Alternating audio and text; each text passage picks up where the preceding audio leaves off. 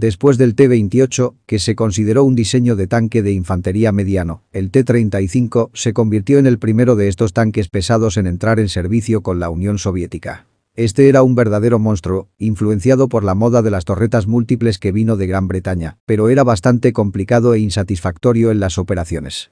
Una nueva especificación de 1937 dio origen a los dos T-100 y al prototipo único SMK, mostrando una nueva disposición de la potencia de fuego, con torretas en tándem. Los tres fueron probados en operaciones en Finlandia durante la Guerra de Invierno de septiembre a diciembre de 1939. Demostraron ser resistentes, pero mostraron muy poca confiabilidad y movilidad.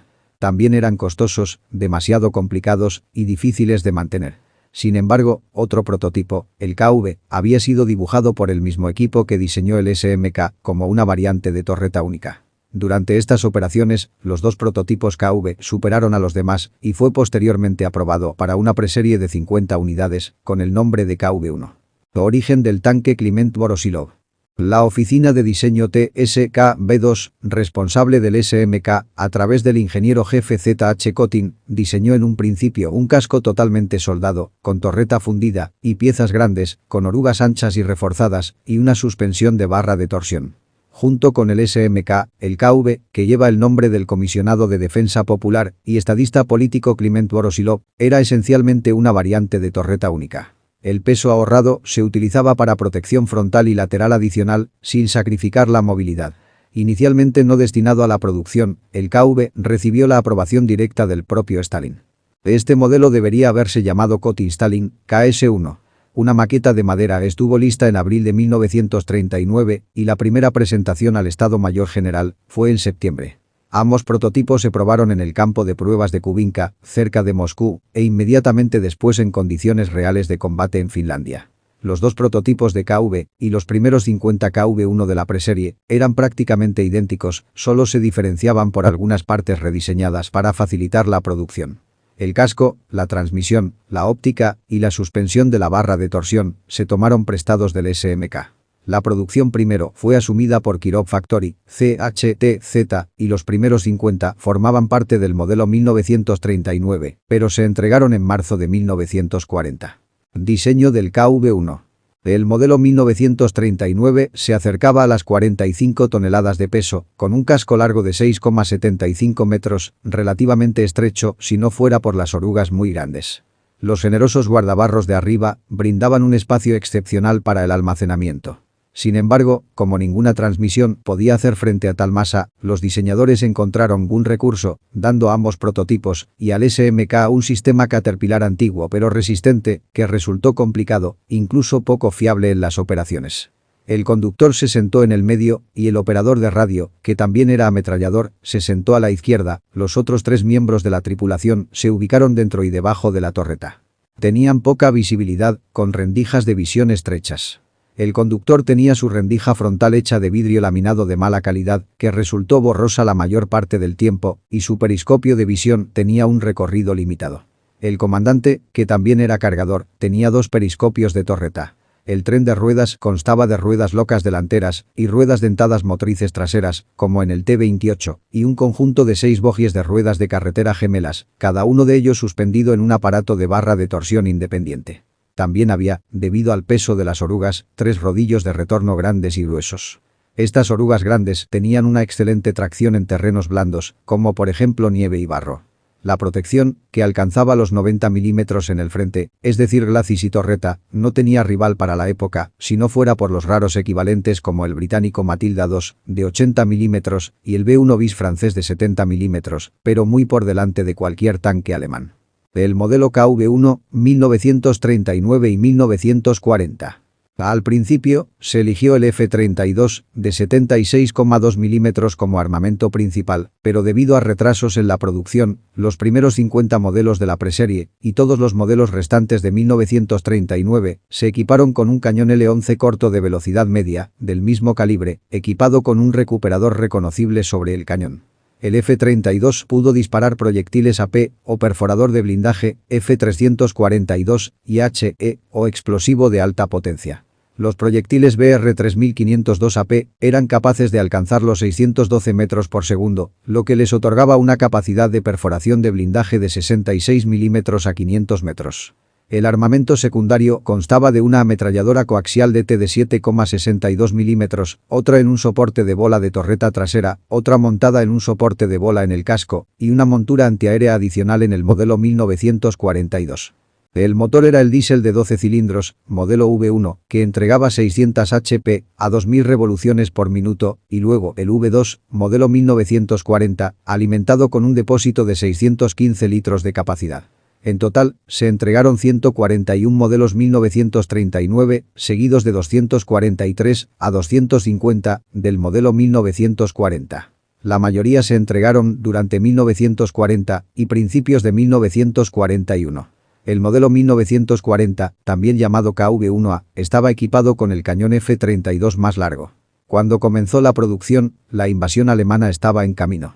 La fábrica de Kirov se trasladó más tarde a Chelyabinsk durante el invierno de 1941 y se diseñó un nuevo modelo. El KV-1E o Ekranami. Antes de que comenzara la producción del modelo 1941 y la fábrica se trasladara cerca de los Urales, muchos KV-1 fueron adquiridos para una mejora de blindaje conveniente. Estas versiones, llamadas Ekranami, recibieron placas de acero blando de 20 milímetros a medida, atornilladas, con pernos enormes, como aplicación en la torreta, el glacis frontal y los lados del casco. Estos KV-1E eran en su mayoría unidades sobrevivientes del modelo anterior de 1939, que fueron reforzados con el F-32 en el mismo proceso, y modelos posteriores de 1940 y 1941, a veces tanques dañados y recuperados. El número exacto de esta variante sigue siendo un misterio. Algunas fuentes hablan de 150 a 200 unidades convertidas en 1942. Esta fue una respuesta a las nuevas tácticas alemanas, ideadas apresuradamente en el lugar, para contrarrestar el inexpugnable KV-1. La introducción de los nuevos cañones PaK-38 y PaK-40T, y más tarde algunas armas aerotransportadas, como el MK-101, desplegado por el avión de ataque terrestre Henschel 129, instó a esta conversión. El grosor total de la armadura era de alrededor de 110 a 120 milímetros, lo que hacía que el KV-1 una vez más fuera casi inexpugnable. El KV-1B, modelo 1941. El modelo 1941 fue diseñado y producido en Chelyabinsk. Se instaló un cañón, modelo F-34. Este era el mismo cañón instalado en la mayoría de los T-34-76. Como respuesta al blindaje aplicado de campo, el casco, los costados y la torreta estaban protegidos por 25 a 35 milímetros adicionales de blindaje, y la torreta ahora estaba fundida en lugar de soldada. Esta versión también introdujo muchas simplificaciones para la producción en masa. Sin embargo, tardó en llegar al frente, y el primer modelo de 1941 entró en funcionamiento a principios o mediados de 1942. Los tanques de producción tardía recibieron un cañón aún más largo, el CIS-5, de 76,2 milímetros. Esto aumentó un poco sus actuaciones penetrantes. Sin embargo, para el otoño de 1942, los nuevos tanques alemanes, como el Panzer IV F2, superó al KV-1 sin ser capaz de perforarlo. Sin embargo, esta versión aún conservaba el motor diésel V12 original y tenía una potencia decididamente baja. La velocidad se redujo aún más, y esto resultó ser un problema en las operaciones combinadas junto con el T-34. La producción de este modelo rondaba las 1.200 unidades según la bitácora de la fábrica. El KV-1C, modelo 1942. El modelo 1942 era esencialmente un último modelo blindado, ya sea con una torreta fundida o soldada. Esta fue también la mayor producción de este tipo, con alrededor de 1.700 unidades. También estaban todos armados con un cañón CIS-5 de 76,2 milímetros y a veces equipados con monturas AA. Sin embargo, las críticas sobre la serie impulsaron estudios paralelos para mejorar el KV-1 en su conjunto. Estos informes indicaban que su único activo era una excelente protección, sin embargo, la velocidad y la agilidad eran deficientes, la transmisión a menudo era propensa a fallas, las suspensiones, que se desmoronaban bajo el aumento de peso, también mostraban fallas críticas por estrés, así como el motor abrumado, el V12V2K, una versión modificada del diésel del T-34. El peso final de esta versión de 1942 rondaba las 48 toneladas. Solo el Tigre alemán era equivalente en peso, pero estaba equipado con mejores ópticas y un arma que superaba con creces cualquier cosa en el campo de batalla. Esto condujo a las dos últimas versiones mejoradas, antes de que la producción realmente se detuviera a favor de mejores diseños. El KV-1S, el rápido. La principal crítica sobre el peso impuso una versión completamente revisada con un poco de armadura degradada para recuperar algo de agilidad. De hecho, este no fue un sacrificio igualitario. Algunas partes vitales, determinadas después de estadísticas cuidadosamente estudiadas sobre informes de pérdidas de tanques, aún estaban bien protegidas, mientras que otras se sacrificaban. Esta fue una protección casi de todo o nada, que también vino con instrucciones especiales de maniobra táctica para reducir la exposición de estos puntos débiles al enemigo. Sin embargo, el motor estaba intacto.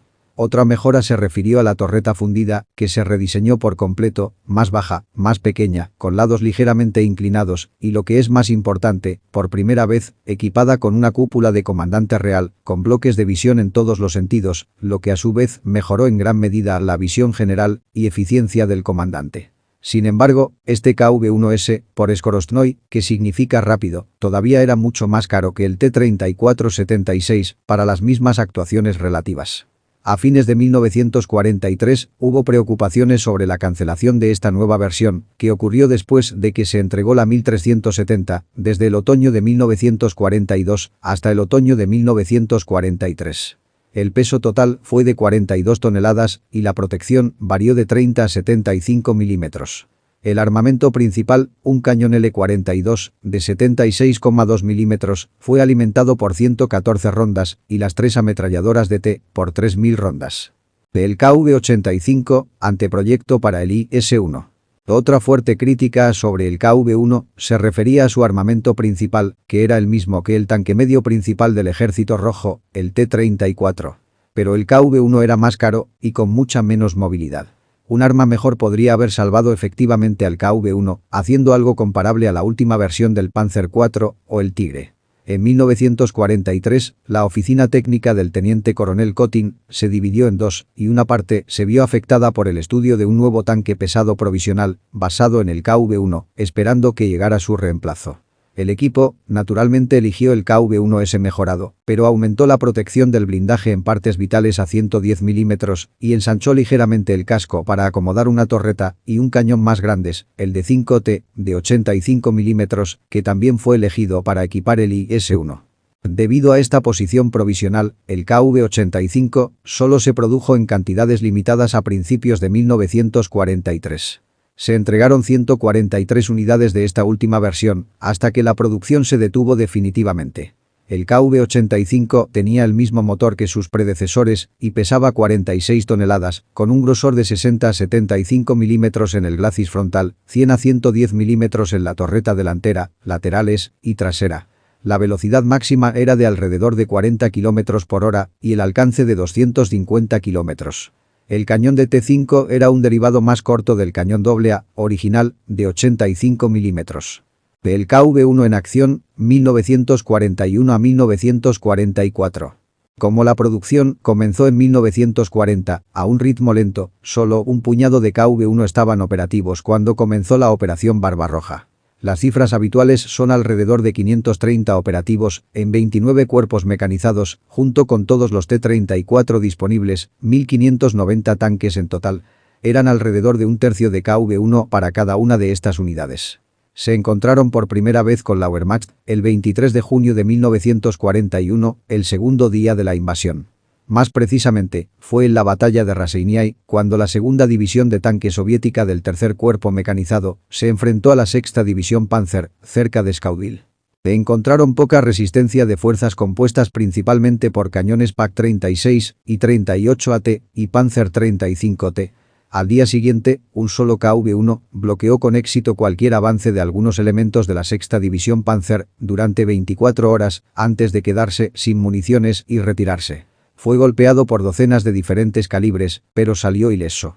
En Krasnogvardeysk, Gachina, cerca de Leningrado, el 14 de agosto de 1941, se colocó hábilmente una pequeña unidad de 5 KV-1 bien escondidos y atrincherados, más 2 en reserva, con el doble del suministro de municiones habitual, incluida la mayoría de proyectiles AP, alrededor del único camino que bordea un pantano. Esta unidad, comandada por el teniente Zinovy Kolovanov, destruyó unos 43 tanques alemanes de la octava división Panzer alemana durante una sola acción de media hora. Posteriormente, Kolovanov recibió la Orden de Lenin y fue nombrado héroe de la Unión Soviética. El KV-2, versión obús pesado. Esta fue una variante generalmente sin éxito. La torreta era fácil de detectar, demasiado pesada en la parte superior, lo que hacía que el tanque fuera bastante inestable. Además, la explosión del obús provocaba vibraciones excesivas en el motor y la transmisión. Muchos informes alarmantes apuntaban todos en la misma dirección. Estos nuevos tanques rusos eran casi imparables. De hecho, su existencia había sido uno de los mayores errores de la inteligencia alemana antes de la invasión. Frente a estos, los alemanes tenían un total de 3.266 tanques, pero solo 1.146 Panzer III y IV, armados con cañones de 50 o 75 milímetros, apenas capaces de penetrar la armadura, y solo en puntos débiles, de los dos modelos, T-34 y KV-1. La mayoría de los KV-1 se concentraron en los cuerpos mecanizado 4, 6, 8 y 15 durante el verano, y todos menos uno fueron enviados a Ucrania. Sin embargo, sufrieron grandes pérdidas, a pesar de que los Panzer solían pasarlos por alto y quedaron en manos del apoyo aéreo, la artillería de campaña y los cañones de 88 milímetros o los escuadrones antitanques especiales que utilizan granadas de carga con forma. Muchos también se averiaron, se quedaron sin combustible o fueron abandonados debido a la confusión de las 2 primeras semanas de la campaña Barbarroja. De todos modos, las pérdidas totales fueron mucho mayores que las relatadas por los informes alemanes y para el otoño de 1941 aún quedaban pocas. De todos modos, la impresión que dejó el KV-1, así como el T-34, que era más rápido y numeroso, desde los simples soldados hasta el Estado Mayor, fue enorme. Desencadenó una Panzerkommission sin precedentes el 20 de noviembre de 1941, que estudió los restos de ambos tanques en el campo. El T-34 es notable por haber inspirado el desarrollo del Panther blindado inclinado. Después de una reubicación despiadada, en condiciones terribles, de toda la industria de guerra rusa junto a los montes Urales, se reanudó la producción del KV-1. Se produjeron 2 modelos, con la torreta fundida y la torreta soldada, que por lo demás eran generalmente similares, con el mismo cañón F-32. Para facilitar la producción, el modelo 1942 era casi una repetición del anterior, aunque con armadura. Los modelos más antiguos se juntaron para la contraofensiva de Moscú en enero de 1942, pero los alemanes ahora estaban mejor preparados, aunque todavía tenían los mismos Panzer III y IV. Entre estos, muchos se actualizaron como versiones Ekranami, recibiendo gruesas placas atornilladas con apliques. Esta fue una respuesta a algunas armas alemanas nuevas, como las cargas huecas y los cañones aerotransportados. A lo largo de 1942, los KV-1 funcionaron bien, aunque las operaciones combinadas con el T-34 fueron problemáticas debido a la diferencia de velocidad entre ellos. Con demasiada frecuencia, los KV-1 fueron relegados como retaguardias de apoyo y se comprometieron solo cuando encontraron una resistencia feroz. Estos tanques lucharon durante casi todos los enfrentamientos importantes de 1942 a 1943, incluida la gran contraofensiva de Stalingrado, en enero de 1943. Para entonces, la industria soviética había producido suficientes T-34 para abrumar literalmente en número al KV-1, siendo este último mucho más costoso. El descontento creciente generalmente giraba en torno a los mismos problemas. Era demasiado lento, más fácil de detectar y apuntar, propenso a fallas en la transmisión, simplemente demasiado pesado para muchos puentes, y al mismo tiempo, no estaba equipado para vadear ríos profundos, y carecía de alcance contra las unidades AT alemanas de finales de 1942 y los Panzer IV rearmados. Las últimas versiones, incluso más pesadas, perdieron lo que quedaba de su maniobrabilidad anterior, mientras que al mismo tiempo todavía no estaban mejor armados que el T-34. Otras grandes pérdidas en Kursk demostraron que definitivamente encontraron su pareja en la nueva generación de tanques alemanes.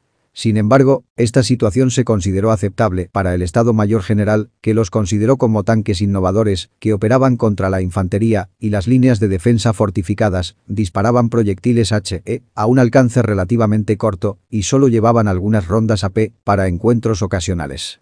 Mantuvieron esta especialización táctica hasta finales de 1943, antes de ser reemplazados por el IS-2. En 1944, los KV-1 existentes eran en su mayoría del tipo KV-85 tardío. Su armadura pesada aún demostró ser efectiva al tratar con defensas alemanas bien preparadas. Sin embargo, a fines de 1944, se consideraron obsoletos. No hay evidencia de que ningún KV-1 o KV-85 haya participado en la batalla de Berlín. Derivados del KV-1. El tanque de artillería pesada KV-2.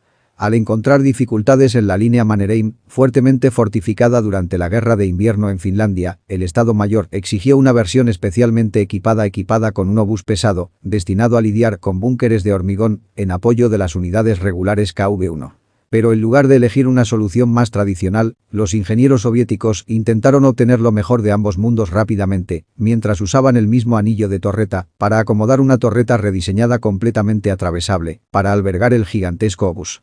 Esto le dio al KV-2 un perfil inconfundible, con su torre enorme e imponente, a la que solo se podía acceder por una escalera. Un objetivo obvio que también era pesado en la parte superior, comprometiendo la estabilidad lateral del tanque mientras cruzaba un terreno inclinado. Todas estas deficiencias se tuvieron en cuenta cuando la fábrica se trasladó al nuevo complejo Tankograd, en los Urales. La producción ya no se mantuvo. Solo se construyeron 334 en total, desde finales de 1939 hasta mediados de 1941. El lanzallamas KV-8. El KV-1 también fue elegido para ser utilizado como plataforma para el nuevo lanzallamas ATO-41. El mantelete del cañón acomodaba el tubo del lanzallamas, una ametralladora de T coaxial, y en sustitución del antiguo cañón CIS-5, un QF modelo 1932 de 45 mm disfrazado, alojado dentro de un tubo de 76 mm. El arma era estándar en la serie BT y el T-26 y tenía un buen poder de penetración contra 20 o 25 mm de armadura. Se convirtieron 45 unidades, utilizando cascos KV-1B, modelo 1941, y más tarde, 25 más, basadas en el KV-1S mejorado. También se construyeron y probaron en combate 2 prototipos de la siguiente versión, KV-1M, y algunas unidades experimentales con el lanzallamas reubicado en el casco. El Su-152A AP. Probablemente el SPG soviético más distintivo de la guerra, el Su-152 renovó la idea anteriormente probada, aunque sin éxito, por el KV-2. Desarrollado relativamente tarde en la guerra, para la próxima Operación Urano, la gran contraofensiva de Stalingrado, este asesino de tanques era un diseño más sólido y más simple. El obús largo simplemente se reubicó en el casco, lo que lo hizo más fácil de fabricar, más estable y más difícil de alcanzar. Estaba basado en el KV-1S y llegó a tiempo para Kursk, demostrando también ser una excelente máquina antitanque improvisada, pronto apodada la asesina de bestias. Posteriormente se asoció a las grandes ofensivas de 1944 y 1945 y fue ampliamente utilizado y fotografiado durante la batalla de Berlín. Se construyeron alrededor de 700 en total, incluido el difunto Isu-152, basado en el chasis mejorado de la serie IS-1. Legado del tanque pesado, Kliment Voroshilov. A pesar de estar plagado de problemas, debido a una concepción apresurada, la formidable reputación del KV-1 provino primero de una robustez legendaria que se pagó a cambio con un peso récord. Allanó el camino para la próxima generación de carros pesados soviéticos que se apoderó de todo. A pesar del nombre, su nueva torreta y cañones más pesados, la serie IS, Iosif Stalin, todavía eran KV-1 disfrazados. Tomaron prestado todo, desde el chasis hasta las orugas, ruedas de carretera, suspensiones, motor diésel, transmisión y la mayor parte del equipo. El IS-3, que nunca disparó un tiro antes de la capitulación, tenía un aspecto diferente, con un casco inclinado completamente nuevo y completamente rediseñado, y una torreta plana y redondeada. Característica del diseño soviético de posguerra. Seguía siendo esencialmente un KV-1 por dentro. El diseño del KV-13 intentó brevemente reunir el T-34 y el KV-1 en un solo paquete, pero fracasó. Sin embargo, su legado perduraría en el último diseño de tanque pesado soviético, el T-10 de 1958, después de una larga serie, desde el IS-4 hasta el IS-7. Características del KV-1. Peso, 45 toneladas. Longitud, 6,75 metros. Anchura, 3,32 metros. Altura, 2,72 metros. Tripulación, 4, comandante, conductor y 2 artilleros. Motor V12, diésel V2, de 600 CV. Velocidad máxima, 38 km por hora. Armamento, L-32, de 76,2 mm. 3 ametralladoras DT, de 7,62 mm. Blindaje, 30 a 100 mm. Producción total, 5.819. Si te gustó mi trabajo, suscríbete, dale me gusta y activa la campanita que te avisará de más videos. Somos Enciclopedia Militar y agradecemos tu atención y apoyo.